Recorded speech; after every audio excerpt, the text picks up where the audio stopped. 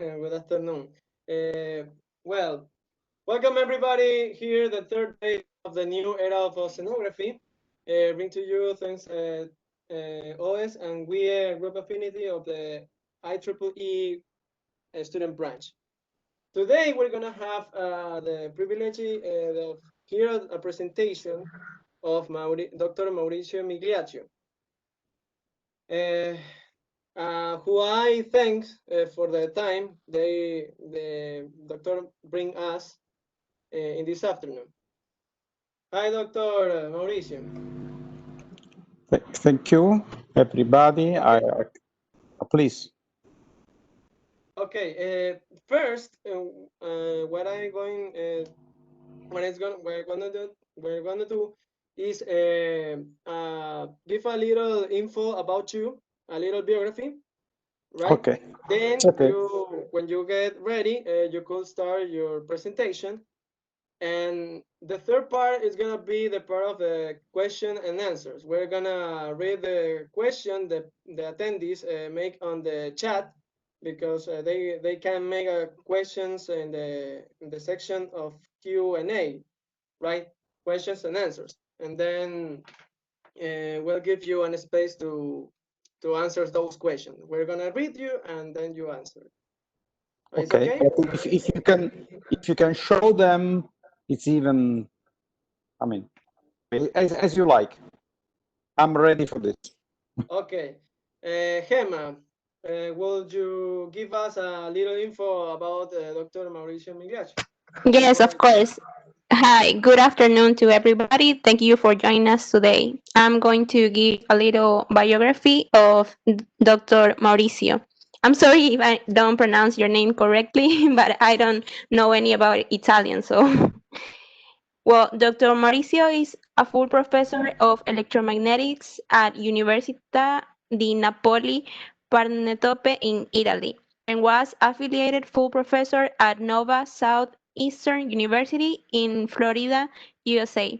He has been teaching microwave remote sensing since 1994, and he was visiting scientists at DLR in Germany. Dr. Mauricio, if you are ready, you can start your presentation. Of course. Thank you. Hope you can see my screen and Yeah, we listen can to see. me. Thank you. Okay.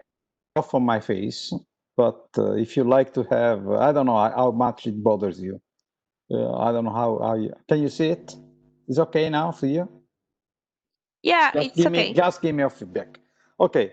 First of all, thank for inviting me. It's a strange seminar for me for delay, but it's a pleasure to have this seminar for you. I've been talking with some of the organizer, so I have some feeling about the audience of this seminar. Anyway, I would be happy to reply to any question, curiosity after the seminar, or if you like, if you can do better do while the presentation, we can do.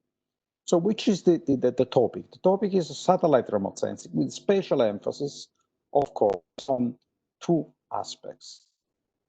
Part of the microwaves, the photographic, let me say, but it's, oh, let me go, okay.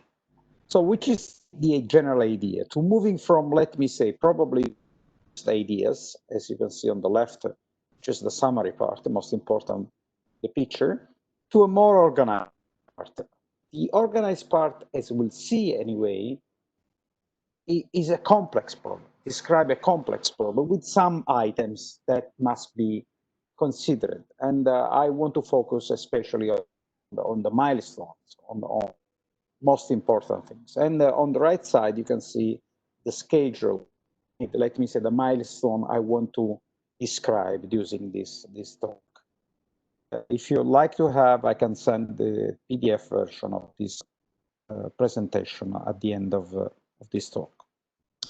Which was the first satellite? Of course, if you think about, we are thinking about man-made satellite, artificial satellite, and the first one was launched not too many years ago, in this period of year, October the 4th, so in 19 57, and it was a Sputnik 1, and it was a kind of satellite as a basketball. And it just made some round the Earth, but it had telecommunication, so it could communicate with the Earth. And if you come back to that days, it was a big victory of the SSR, Soviet Union at that time, and it was part of what it was called space age that fostered a lot of activities. And so just to mention, the first satellite was a basketball, a lot of effort, a lot of minds, a lot of technology at the end, but it was a kind of game, you know, not a real useful in practical terms. Now we have a lot of satellites, and we place even far away from the Earth, but especially for Earth observation, they are located at two, let me say, orbits. The low Earth orbits really focus on this, so have a relative motion with respect to the Earth, and you have the just stationary orbits. Actually, we have even for Earth observation at this at equator. It's at equator, so just stationary. It's like being in Ecuador, but far away, 36,000 kilometers away. And in this latter case, of course, the relative motion is zero. They are typical, for example, for meteorology application, but especially.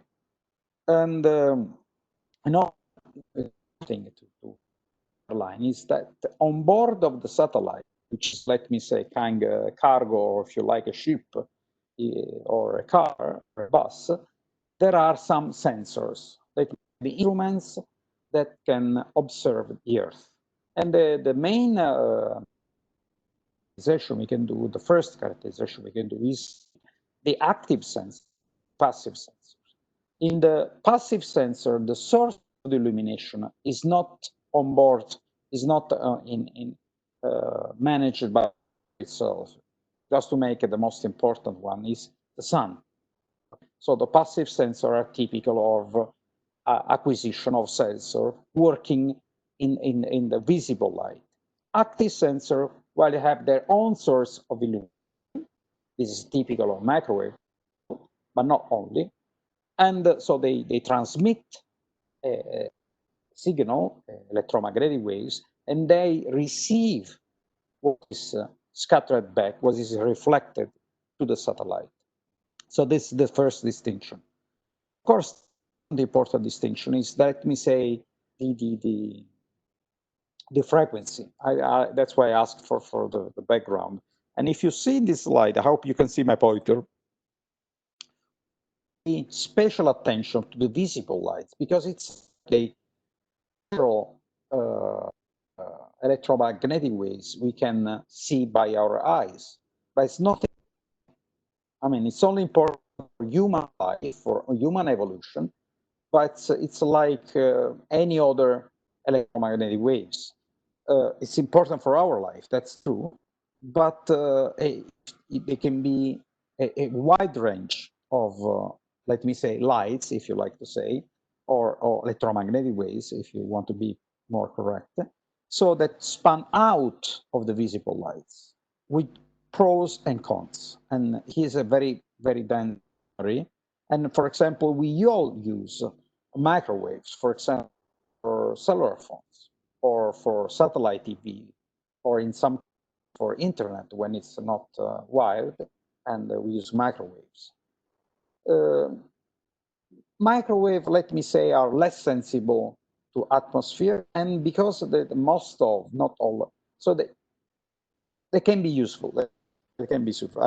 I'll show why they are useful. But anyway, satellite remote sensing can use a number of frequency, and the most famous are the visible light and the microwave. Make short, okay? Of course, I'm to reply to all your questions afterwards. Which is one important thing to consider, even if you want to look at the Earth. So let me say at the ocean, for example, you have to take into account the atmosphere. You can see in this picture by the International Space Station I was not able to find a picture over Ecuador. That's over Italy. You can see the southern part of Italy, and this is the Greece and the Balkan area. Anyway, what is the most impressive, apart from the sea, the blue sea, are the clouds and the atmosphere. So it doesn't mean, what does it mean? That if this is a real picture with the camera. So if you use visible lights, we are hampered. We cannot see or the land if there are clouds. So one, let me say, guide about using the microwaves or the visible lights is the influence of the atmosphere. Of course, there are even some frequency which are very, very important to monitor the atmosphere, because in that case you are in the atmosphere, not in the earth behind beneath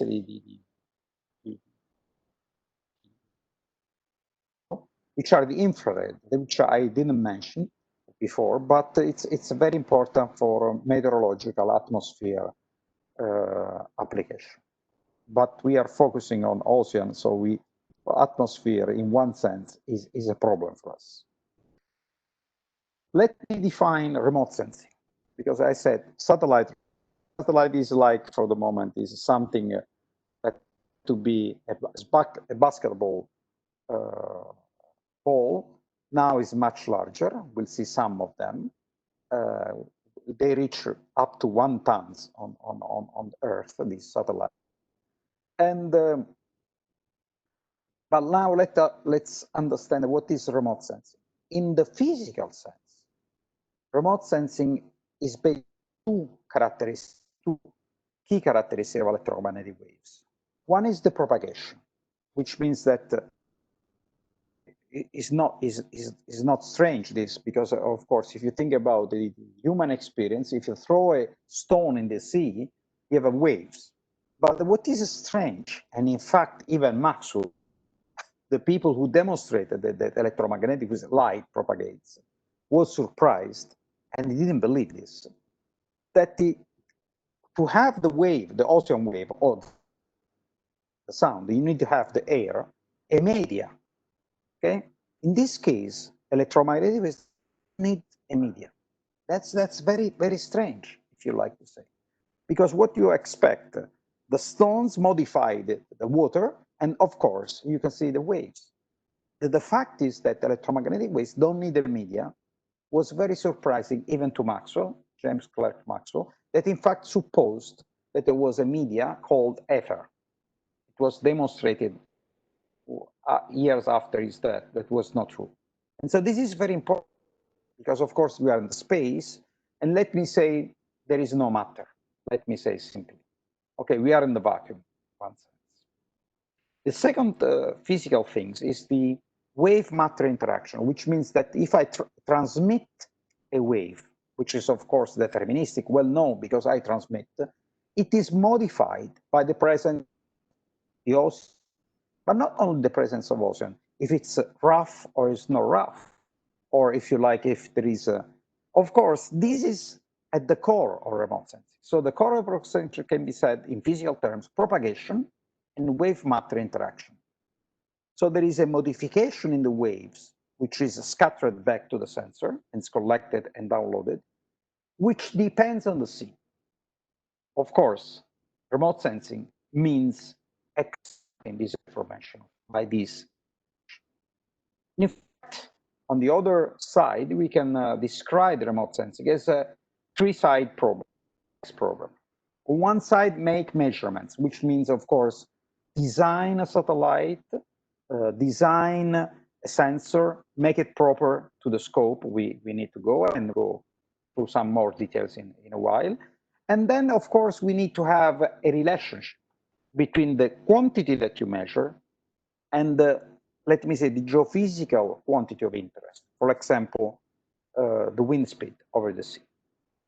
But this is because the second item on this slide just tells you, as I'm saying, is true, that microwaves, for example, the signal scattered back by the sea is related to the wind speed, but it doesn't tell how to extract it by the information. And this is the third problem, what is called inverse let me say the picture on the left side. In one direct problem, direct means that you have a dragon and you want to forecast the tracks. And this is part of the problem, because of course it means I have idea about the tracks, but the real issue at the very end, when you have done good measurement, you have a relationship. I tell you, is a relationship between, for example, the wind speed and the microwave measurement you can do is very end. Once that you have the tracks, guess, not simply guess, estimate with very, very good confidence, with code quality, which was the dragon to make these tracks. The very end of the end goal of the remote sensing. I just say about microwaves. I don't want to say too much more about this. A reference about the. I hope you can listen to me. If you Miri, give me some feedback by just to be sure, because I cannot see you anything. Anybody cannot listen to you. Just have a feedback to your listen. So if there is a problem, anyway, microwaves are, let me say, centimeter wavelength, centimeter periodic waves spectrum I showed you before in the panel. And I want to make a brief, but I hope informative, at least, illustration of the microwave remote sensing sensor. The first one is a passive one. It's called radiometer, microwave. For example, it's a kind of scan you can see on the left side. This is a very famous American one, but it's not only American one. There are a lot of microwave radiometers. In this case, it's a large-scale sensors. You see on the right side, for example, one application about hurricane monitoring. Of course, what do you see? See the structure of the hurricane, and it's very important for real application, real life application. This changed very much. Application, this hurricane application is very important, but not only. This is one of the most important applications, but it's not the only one. And prediction of the hurricane is based also on radiometers. Another one, the scattorometers. Scattorometers is so popular that oceanography use it without it. In this case, I'll always still focus on hurricane, although let me say, which is one of the applications, although they are so important in assimilation in weather numerical modeling that I mean, any kind of prediction of waves, whatever, this kind of sensor. It's again a large scale sensor. And which is the difference? This is an active sensor, and it's very special because it's the only estimate the wind and direction of wind speed. The hurricane application is very important. It's still considered not fully operational, but it's used. It's used because you have no better measure of the wind speed. In this case, see a double layer. The gray animation is the infrared, so you can see the clouds. Let me say, and in colors are the wind speed, wind field estimation, which means wind direction. Of course, this is very important for the tracking of hurricanes and to predict the final track of hurricanes. This is a real service that's done in some parts of the world. The third microwave remote sensing sensor I want to mention is still what is called a large-scale sensor. It's a radar altimeter. In very simple terms, just measures the distance of the travel path by the satellite to the surface. In this particular for oceanographic application, and it can measure tides, it can measure waves, significant wave height is a very important sensor for this application. But on the right side, you can see even some sea surface height anomaly, which are related, and that's why I put here.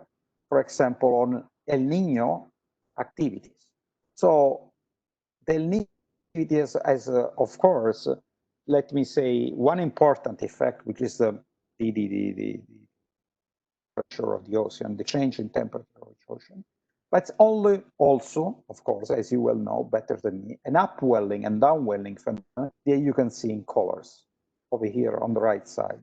And this is relevant, this is measurable. And what is it?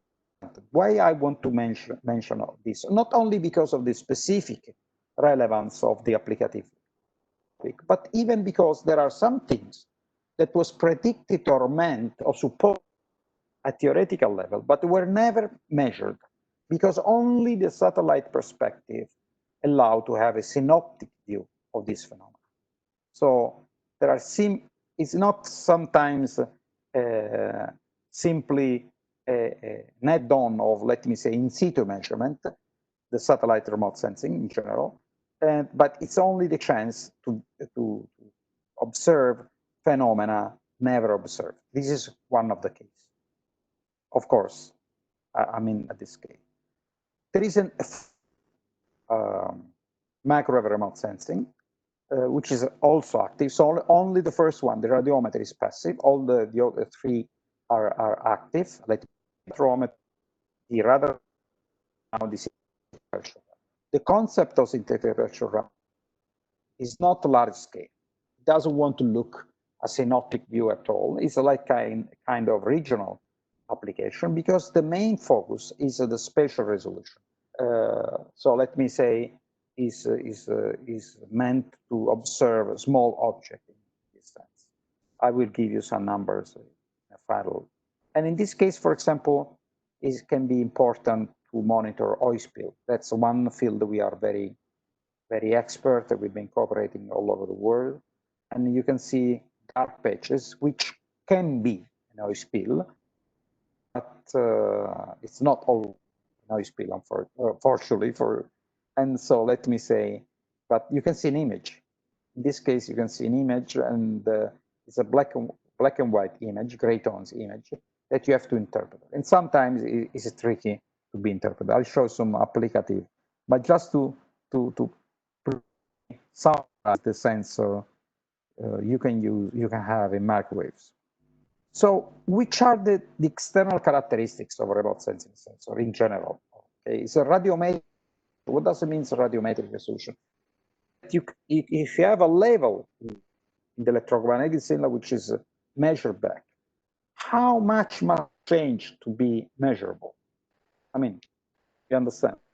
Is I measure this quantity, which is called sigma naught. Okay, it's a real name. How must change to be measurable? So that's the radiometric resolution. The spectral resolution. What is the spectral resolution? Spectral resolution is change frequency, and you can see. Let me say the colors. Okay, that in microwave sensor there is no spectral resolution. They are not able to see if they only work in a very small range. They are what are called narrow band. So they don't have spectral resolution. This is different from for visible and infrared sensors. So let me say spectral resolution. There is no spectral resolution available for microwave remote sensing, but this is general. Spatial resolution, which is a spatial resolution. Spatial resolution is the capability to see two objects very close. Is it good? Is it bad? We don't know. Look at the left side. That's the summary. Of course, there is temporal resolution. I will make final comments. But what is the good tool to cut your hand or to cut your hair? The razor or the scissor, or the pair of scissors? Of course, a pair of scissors. So what I'm saying is that there is no good sensor. There is a good sensor for one application. There is a good another good sensors for another application. So it's not good and bad. And we have different sensors want to serve at different scales, temporal and spatial scale. That's in very simple terms. Let's move to the temporal resolution, the green. Why I put them in blue? because this is, of course, related to the sensor, but even on the orbit of the sensors, of the satellite, actually. So the temporal resolution is not a sensor characteristic, is a characteristic related to the sensor and the satellite. That's why, because we cannot say that's a sensor characteristics only. But anyway, my advice at the very end is use the proper tool for the application you have in mind. There is no universal tool for all applications. In fact, if you look important, there is a famous song who inspired the name of this constellation of satellite. They are NASA satellite in this case. In some climate change variable, which of course large scale view, you can have a collection of different sensors, which is a new approach, a modern approach to environmental problems. You can even think of another approach, which is collection. So you have the same sensors, the same kind of satellite, similar orbits, but you have more. This is, for example, the case of the Italian Cosmos Comet SAR satellite. SAR, in this case, we confuse the name of the satellite with the sensor because there is only one sensor on board of the satellite, but there are five. This is the old constellation. Now there is a fifth one. And which is the advantage of this? The revisit time, the temporal, let me say, resolution, of course, because you can see the same phenomena in a shorter time. Okay, that's the main benefit of constellation of this kind. What you can think about, if you are good enough, if you are working on this, for example, to build up a constellation. Virtual constellation means that you have, for example, the same, just to make simple, the same kind of sensor, let me say SAR, but one working in one frequency is always in microwave, but the C band, another one L band, and then of course you can combine because they are good. There is them, so it's a virtual constellation. That's a new trend, but this is very much related on your ability to extract geophysical information from sensors which are similar but not identical. The second trend is coming back, let me say, to satellite as a Sputnik one, the nano satellite. The nano satellite are depicted on the right side, are small, very small, and in some cases you can launch some. And of course, they are not as good as the big satellite, as I showed you before in the picture, but they can be as a slave satellite, it can be used, and they can be economical. And then, of course, they can not do everything, but they are explored at the moment as a new chance to monitor the Earth. So in one sense, the Sputnik 50 years ago something, and 60 years ago actually, and now we are coming back to the Sputnik, but with the sensor which are better than just a simple beep launched. What is this image? This image is my city, and I want to take some time to discuss something that I know better, and it's some of the activity we do in my lab about oceanographic application especially. And I also like to inform you that there is an agreement between the Ministry of Education and University in Ecuador and my university. And of course, we have PhD courses, and who may be interested, for, in this case for next year, we may talk with the professor especially first, and with the students later. And so this is, let me say, picture. Yeah, it's a dark, it's 11, half past 11 p.m., so it's not that light, but you can see some application. For example, this is the Strait of Gibraltar. You can see a lot of physical, geophysical phenomena. It's internal ways you can see. You can see that's why ships, of course, and you can see coastal erosion, for example. And so we work on all of this. I cannot detail all the application we do, just to have a snapshot of what we are doing. And in this case, for example, we use the synthetic radar to monitor the hurricane as well. This is very important because, of course, as I told you, the hurricane analysis is very important because it impacts the life of human beings. It's not like the COVID, but it's important. As in some part of the world, many people dies because they a hurricane, a real problem in some part of the world. It's not only scientific one. And so let me say, looking in a better way, the structure, the eye or the, let me say, the most important part is inside, is this, the central part, is very important to predict the direction of the hurricane and the wind and so on. Another part we work on is kind of polarization. Electromagnetic waves have this peculiarity, even light actually. Some of you may have the Polaroid sunglasses, and they work on similar principle. So let me say the electromagnetic waves are polarized, which can be vertically polarized, as on the left side, can be horizontal polarized, or can be both. I won't explain what I mean. I mean, if you are thinking, as I'm thinking for the next example, to an active sensor, what does it mean VV? It means that I transmit a wave that propagates vertical, and I receive the vertical electromagnetic field scattered back. This is what is called VV. Of course, similarly is the H-range polarization, but I can even measure the field which is scattered back vertically and horizontally transmitted H polarization, which is HV in this case. This is a complex information that in the past was not too much exploited to extract information, but we've been a lot of studies, and I show you some results.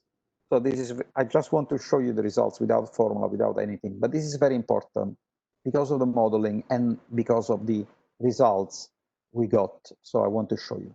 For example, I show you some oil at sea. You remember the Nigeria accident, but we can discuss a lot about this. You can find a lot of papers about it. And you have dark areas over here. But of course, they are dark. You don't know it. By this polarimetric analysis, that I can explain, of course, but I just want to show you. You can understand if it's heavy dumping oil. It's polluting, let me say. This is very important. Without being on the site, by understanding, by analyzing the polarimetric structure of the electromagnetic field scatter. And again, you similar things about the left side image, real image, SAR image of Singapore. I don't know, 3 ships, okay, something like that. And automatic way, you can let me say the ships. Of course, we even the coastline. I don't show this part of the study. It's very important for climate change and the study of the coastline. So what I'm saying is that it's like the engine, a very, very powerful modeling, like software. Let me put in modern terms, but it's not artificial intelligence, it's intelligence that's made software. You can help the normal users, the stakeholders, they like to call them today, to explain the information they lack. What I'm saying, the extraction information by microwave images is not that simple as it sounds, as appear, but it's very important, and you can do it. Another application, very different, but even Ecuador has some interest in Arctic Sea, in Antarctica. And in this case, for example, we are using another polarimetric features descriptor to classify Dipollinia. Dipollinia, for some of you, the science guys, are very important. But anyway, for sea ice class, let me put this way. This is undergoing is very novel results that you can see. This is very important because you can classify sea ice and then you can classify. I don't want to go too much into detail. We are still doing, but you can see that there are some structure you cannot see simply in the gray tones images itself. And then I come back to the passive resolution, a passive sensor, which is the radiometer. As I told you, is a low resolution sensor because it's a large scale. You just want to look to continents, to ocean, not a single bay. And in this case, for example, we, because in some cases you want to take full benefit of everything, and we've been working on resolution enhancement. And you can see the benefit from the left image, the right image, and this is United Kingdom and Ireland. Of course, it's simple that you have results. In this case, you may have a lot of benefits about these techniques. This is a very mathematical study we do. In case, it's just make a very simple. This is an opportunity remote sensing technique. In fact, I didn't mention in satellite remote sensing. But as you know, there are some transmitting a microwave signal for other purposes. Let me say GPS. And if you have a receiver on satellite who receive the signal scattered back by the sea, you design, let me say, an opportunity remote sensing sensor. This is undergoing activity all over the world to benefit of this, let me say, signal opportunity. But you have to do some analysis because, of course, the system is not conceived, it's not designed to make remote sensing, and so you have to work on this. And this is what is called reflectometry. So let me say, remote sensing use of signal. So if you don't make anything, you don't see anything. But if you make this processing, you can see islands, whatever, and so on. This is almost the end of my seminar. I didn't want to give you all too much details or overwhelm you with formulas and things, but I want to give you a message. Satellite remote sensing can be very interesting, in particular the microwave one, and I invite you to. I cannot read in. I cannot read in Spanish, actually, but I like to read it in English. Only who dares flies, and I hope you will fly. I have two final images before ending the seminar. Good to see you, everybody. This is a strange phenomenon happened around here some months ago during the lockdown. So it was a good event in one sense. And thank you, everybody.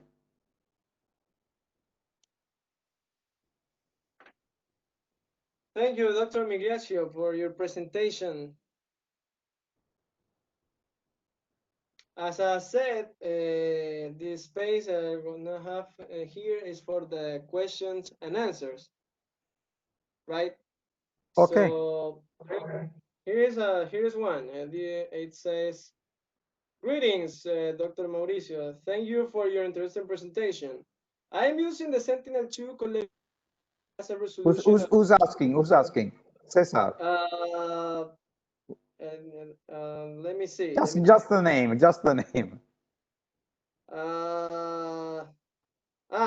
Sorry, Karen. Okay. Karen Mirabal from our directive. And Anyway, Sentinel-2. Okay, carry on. It says, "Greetings, Mr. Mauricio. Thank you for your interesting presentation. I'm using the Sentinel-2 collection that has a resolution of 10 meters to monitor mangroves in the Gulf of Guayaquil here in Ecuador. I have encountered cloudiness problems. The atmospheric corrections that have been used in Sentinel-2 are not so good. What program or resource do you recommend using to have good results when doing an atmospheric correction?" Wait a moment. I can reply you partially to this question. I have no idea who's asking. That's why I was a PhD student, a professor, a student, master student, I have no idea. But anyway, one way to overcome the problem is to use microwaves. And in fact, we in Hong Kong, you can find, I don't remember where, JSTAR International Journal, I don't remember which, you can find some mangrove study we've been done using microwaves. So, of course, there are some parts of the world where the atmospheric effect is so important. That, let me talk in general, so everybody can understand. There is another one with the resolution, but let me talk about the atmosphere. The correction is not good at all. So you have to change frequency. Let me say, simply saying, the interpretation of visible images, of course, is easier because we are trained as human beings to interpret visible images. If you want to interpret microwave images, you're not trained. I mean, we've not been, as a human beings, not as a single man, trained to read the microwave images. But so my first, let me say, comment is if it's an area which is that period of the year very much covered by clouds or whatever, try microwaves. You can find our papers, I don't remember. He or she writes me, I can send the full details about this paper, what recently published. And so this is the first answer. What can I tell you? Generally speaking, there are some kind of atmospheric phenomena that cannot be compensated or neglected without degrading very much the quality of the image. About the resolution is a matter of the sensor, or is a matter of the data of the sensor. Meters is something that for optical sensor can be considered as a coarse resolution, but depends on the phenomena, which is good or bad. It depends on the Magrovia extension, so you cannot say it's good or bad. So that's the, I hope, helps at least to answer to this question. Thanks a lot. Here, the next question is, I would like to know from Santiago Murano.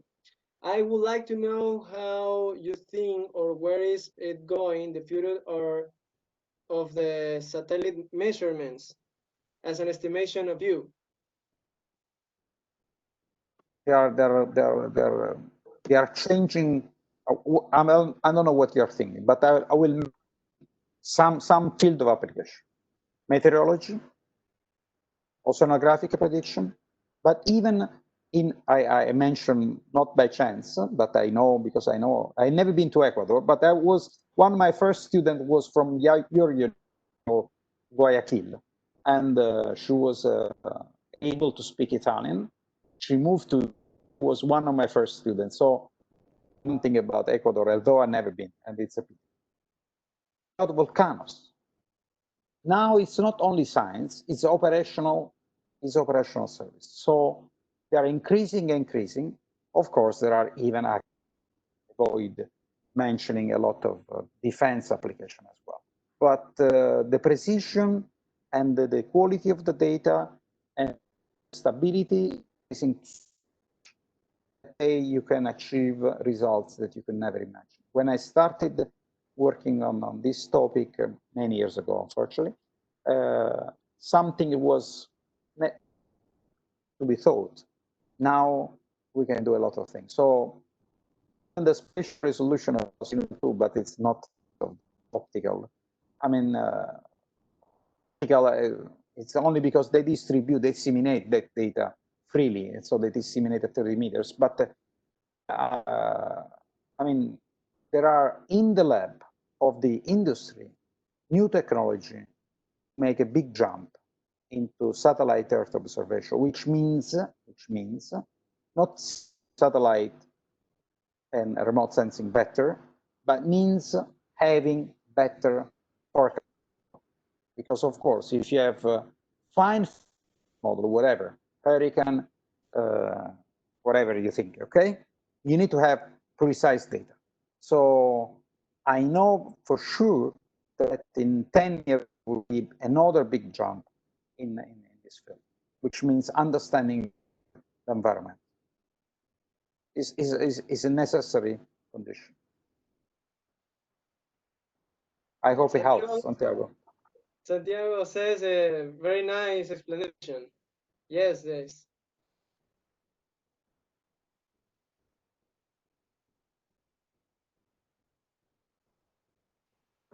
He says yes. Thank you very much, says. Okay. I don't know if you can read it. No, I can read. I can read. I'm reading now. I have a reading. Okay, it's okay.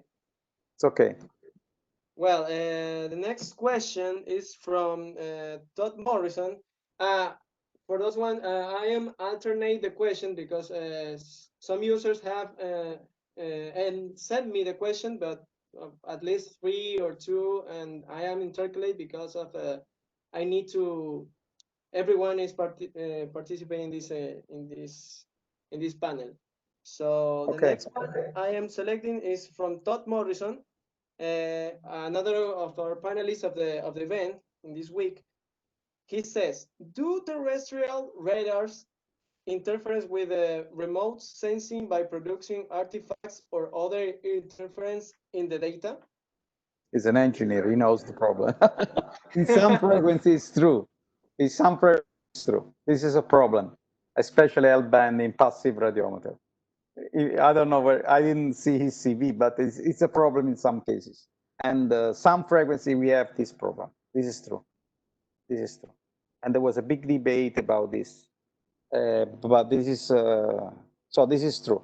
In some cases, passive sensor, L-band, this is particular. So yeah, sometimes yes, this is true. This is one big issue, especially, of course, not at the center of the Atlantic, of the ocean, but in region, this is a problem for some cases. It's very engineering problem. It's very true. Very. At least in some frequency, in some. But okay, I just say L-band and coastal region. That just make okay. There are some frequencies that are used in some other activities, and of course, I mean, remote sensing sometimes not the prime activity. So sometimes it's important, but it's not always important. So one specific case is L-band radiometer, passive sensor in coastal region. He says yes, an engineer and some experience in LC and X-band radars. That's right. That's right. He knows better than me. But of course, even the L-band is no problem. Is well known problem. Even at the international committee was but this is competing. Let me say sensors. Let me this way, of course. So you're right. And of course, there are the official documents and there are the real life. So if you look at the real life documents, you have a problem. Not always, but source. If you have just to complete for the engineer, if you have a coding, so it means an active sensor, this is less problem. And in fact, sensor that are used in tactical application are active, so you can have I mean, you can anti-jam, let me say, coding, which of course prevent you by this interference, which can be even intentional in some cases. But let me say, in environmental, L-band is very critical, but it's not the only one, because some cases are important X-band radar for meteorological applications. But L-band is very, very important. But it can be, especially for passive sensors. Thank you. The next one is from Karen again. She says, where can I download SAR images that are free? SAR is a good Sentinel, option to monitor mangroves? Sentinel-1. Just switch by one number. Sentinel-1. For example, Sentinel-1. But even there are some campaign by UAVSAR, which is a polarimetric L-band SAR sensor. If you're thinking about SAR, because of course, you want to monitor regional scale. So in this case, the main sensor is the synthetic aperture radar. I don't know if they made campaign about UAVSAR, but of Sentinel-1 is a simple question. Formally, I would say, I don't know if any Chinese is listening to us, some Chinese SAR data should be available, but if you get, let me know.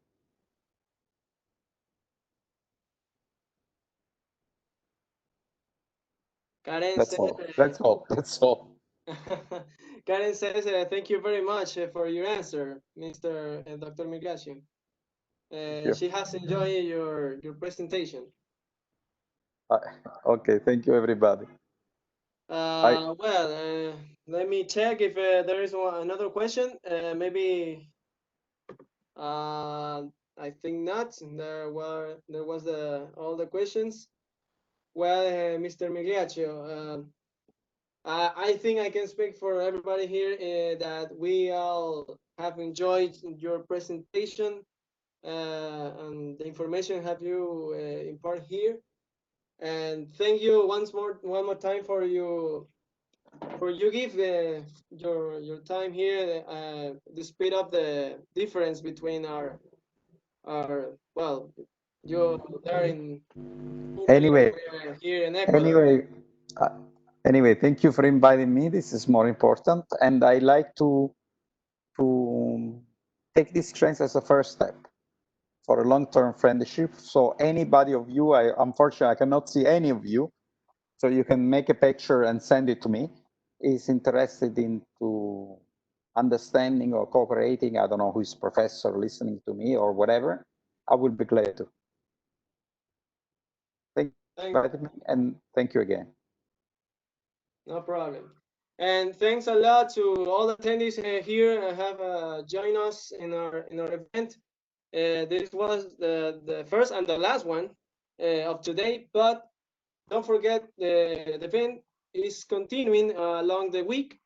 So tomorrow we're gonna have the fourth day, and thank you very much, every one of you, to join on our event.